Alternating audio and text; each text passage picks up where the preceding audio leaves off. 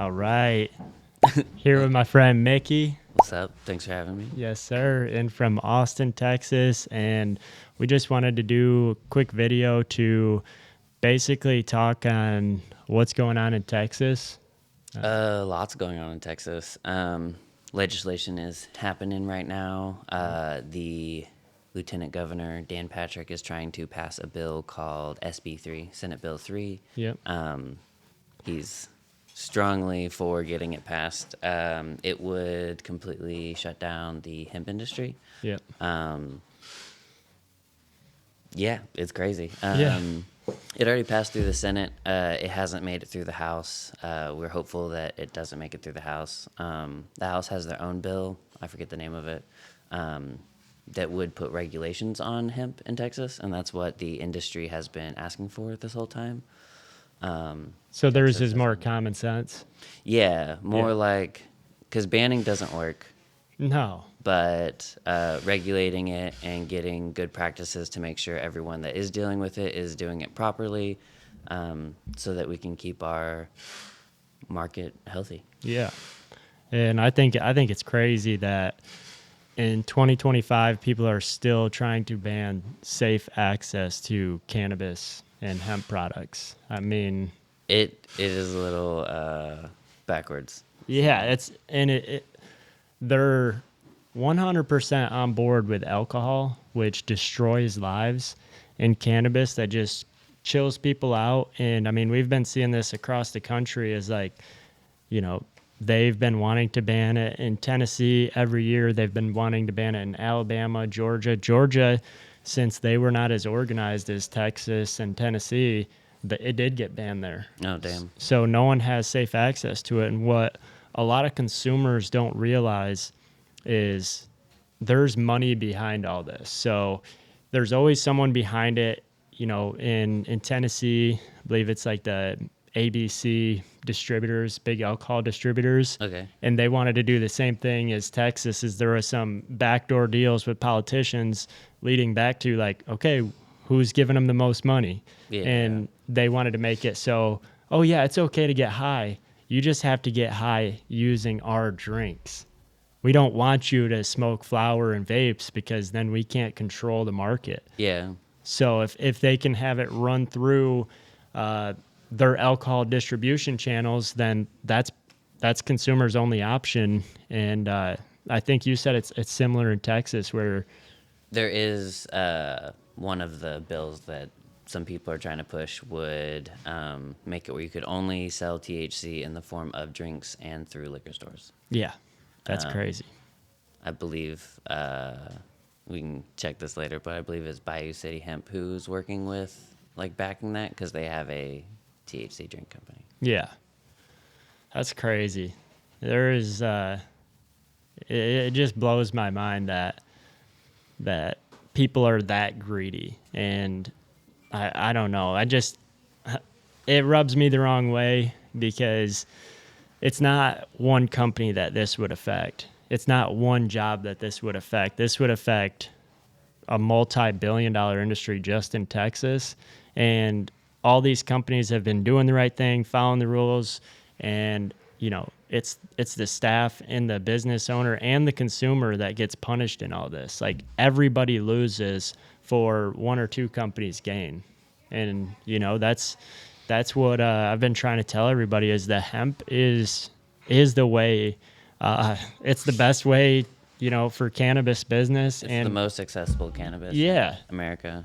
Yeah, I mean, you can have it shipped to your door, and that's really special because in the state programs like Michigan, that was, in my opinion, an absolute disaster for business owners. Like, all the culture, the small mom and pop grows, things like that are kind of brushed under the rug because big corporations came in and took control of the market. And I don't want to see that happen in hemp. And it's obviously like there's companies that are pushing for that, and it's a scary thing.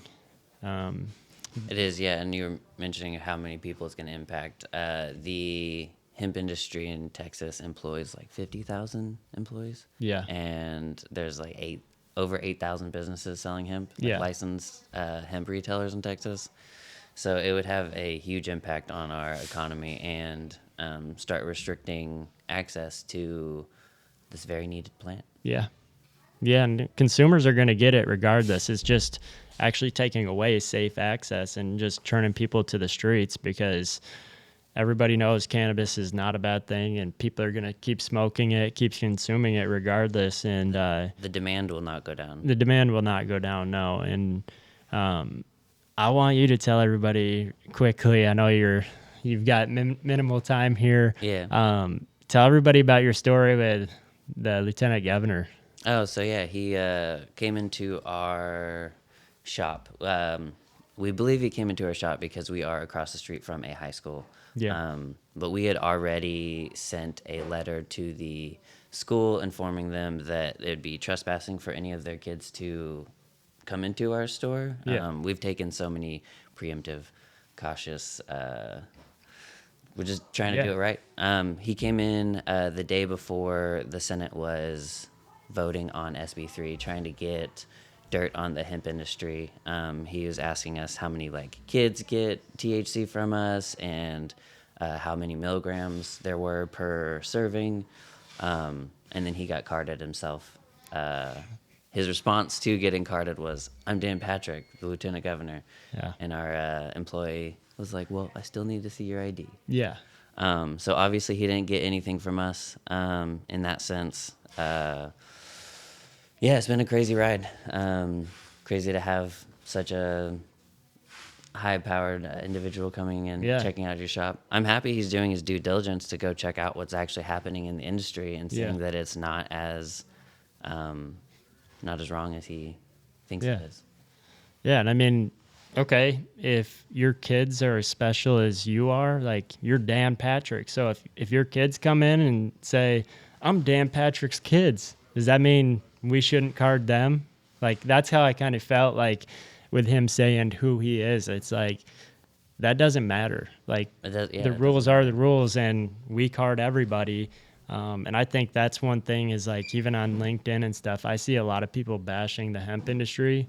And then they all ultimately join us because they're like, okay, this is way better over here, you know, and they're bashing the hemp industry saying, oh, your products aren't tested, you know, you're selling unsafe products and everything else like they could do to, That's why we're asking for regulations. Yeah. 'Cause that would fix all the problems that anyone has to say anything negative about hemp would get fixed if they could just, you know, get it regulated. Yeah. One of the things that we would like is bud tender license, so that everyone that is actually selling it, the person that's dealing with the customer, knows what they're selling, knows how to. And I love that idea. Knows how to deal with it, knows how to deal with sensitivities that some people might have, knows how to guide people in the direction that they're going, so that some grandma doesn't get too heavy of a dose and think that it's not going to be good for her. Yeah. And to any store owners that might be listening that they don't understand these things, like what are some of the things, just briefly touch on what should bud tenders know? Like what are important? They should know dosage. They should understand the effects of each of the cannabinoids. And then the general risks of partaking, so that just as educated as we can get them would be nice.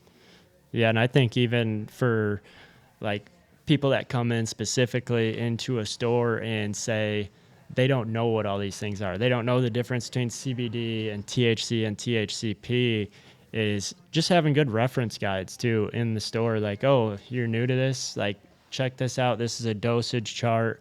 For beginners, you should stay away from things like THCP. If you're looking for some psychoactive effects, maybe start with a micro dose, 2.5 to 5 milligrams of Delta 9 or Delta 8. That's a very safe dose where you're not going to have a bad experience. And understanding dose is huge. If you want people to keep coming back to your shop, get them what they need, not what you want them to buy because of whatever. And it's not funny to overdose people, because that's one person that now will think, if they have that bad experience, that cannabis is bad and they'll tell their friends and family, like, no, I had a really bad experience. You shouldn't try that, you know? And I think that's why it's so important to have people know those things. Like, you know, even that's the nice thing about in Michigan is everything has to be properly dosed. So a 2.5 doesn't end up being a 20. Yeah. And, you know, even with regulated markets, bad things still can get contaminated in products. And that's why at least having some type of laboratory standard and things like that, it just helps. For like, sure. you know, having a reference of like Keep everyone accountable. yeah, your 10 milligram edibles have to be within, you know, 5% of, you know, 10 milligrams just Yeah. for accuracy to set that standard. I think in Michigan it might be 10%, Okay. but that's still a good way to do it. And Yeah, there's almost zero regulation right now. There's Yeah. no age gate currently. yeah, But they are completely aware of us. Mm-hmm. Dishes is the regulatory body in Texas that deals with the hemp Yeah. licensing.